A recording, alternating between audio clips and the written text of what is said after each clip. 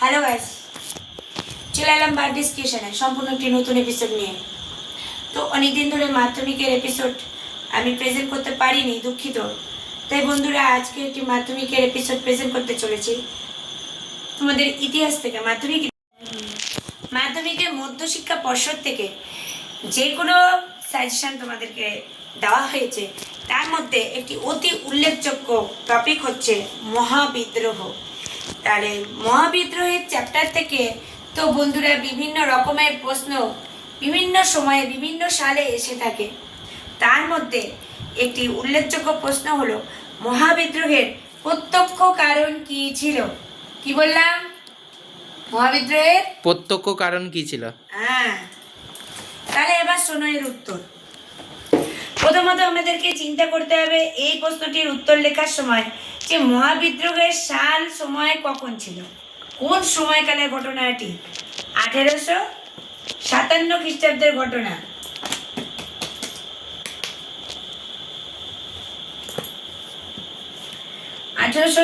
খ্রিস্টাব্দে ভারতীয় সেনাবাহিনীতে এনফিল্ড রাইফেল এর ব্যবহারকে কেন্দ্র করে কিন্তু সিপাহীরা ক্ষুব্ধ হয়ে ওঠে এনফিল্ড রাইফেল এবং বিদ্রোহ শুরু করে। পড়াটা মন দিয়ে শোনো যখন পড়াচ্ছি। এই রাইফেলের ব্যবহারই বিদ্রোহের প্রত্যক্ষ কারণ সৃষ্টি করে, ঠিক আছে? এবার নেক্সট পয়েন্টে যাচ্ছি। ধর্মচ্যুতির আশঙ্কা ও বিদ্রোহের সূচনা কিভাবে হলো, এটা আমাদের তো জানাটা অত্যন্ত জরুরি। চলো জেনে নিই। ব্রিটিশ কোম্পানি ভারতীয় সেনাবাহিনীতে এনফিল্ড রাইফেল নামে এক বিশেষ ধরনের বন্দুকের ব্যবহার শুরু করে। তাহলে এনফিল্ড রাইফেল কি? এক ধরনের বিশেষ বন্দুক। এই রাইফেলে ব্যবহৃত কার্তুজ বা টোটার খোলসটি, টোটা যেটি ভরা হতো, দাঁত দিয়ে কেটে রাইফেলে ভরা হতো, ঠিক আছে? এবার সেটা কি দিয়ে তৈরি ছিল শুনে নাও। প্রশ্নটি কিন্তু দেখলে তোমাদের মনে হবে কতই না কঠিন, কিন্তু এটা যদি একটু গল্পের মতন তোমরা গল্পের ছলে তোমরা এটা পড়ো, জানো এর সম্বন্ধে, তোমাদের কাছে এই প্রশ্নের উত্তর লেখা অত্যন্ত সহজ মনে হবে। আমার তো মনে হয় বন্ধুরা, সবার আগে এই প্রশ্নটি কমন করলে সবাই এই প্রশ্নটি চুজ করবে এবং এই প্রশ্নটির উত্তর কে না লিখতে চাইবে। হিন্দু ও মুসলিম সিপাহীরা ধর্মচ্যুত হওয়ার ভয়ে এই টোটা ব্যবহারে অসম্মত হয়, মানে রাজি হয় না, ঠিক আছে? ব্রিটিশ কর্তৃপক্ষ এনফিল্ড রাইফেল ব্যবহারের জন্য ভারতীয় সেনাদের উপর চাপ সৃষ্টি করলে সেনারা বিদ্রোহের পথে পা বাড়ায়, ঠিক আছে? এবার কোথায় কোথায় সেই বিদ্রোহটা দেখা গিয়েছিল তার একটি ইম্পর্টেন্ট জায়গার নাম হচ্ছে ব্যারাকপুর। সবাই নাম শুনেছ?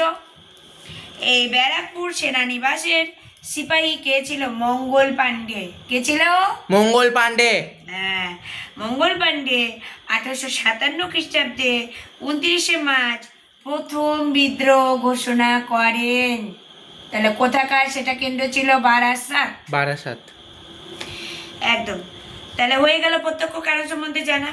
এবার চলো লাস্ট টপিক হিসেবে, লাস্ট পয়েন্ট হিসেবে, সাব পয়েন্ট হিসেবে আমরা উপসংহারকে টেনে লিখে দিতে পারি 2-4 লাইন।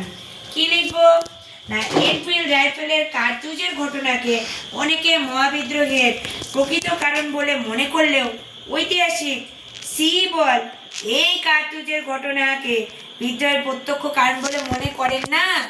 মানে সব ঐতিহাসিকদের মতে কিন্তু সমান নয় এই কারণ, ঠিক আছে? তিনি কি মনে করলেন?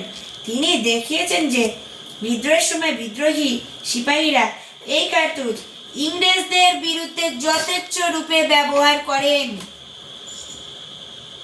ঠিক আছে বন্ধুরা, আজকে যদি ভিডিওটি তোমাদের ভালো লেগে থাকে লাইক কমেন্টের মাধ্যমে অবশ্যই জানাতে ভুলো না। আর বন্ধুদের সাথে ভিডিওটি বেশি বেশি করে শেয়ার করো যাতে সকল বন্ধু সমানভাবে উপকৃত হয়।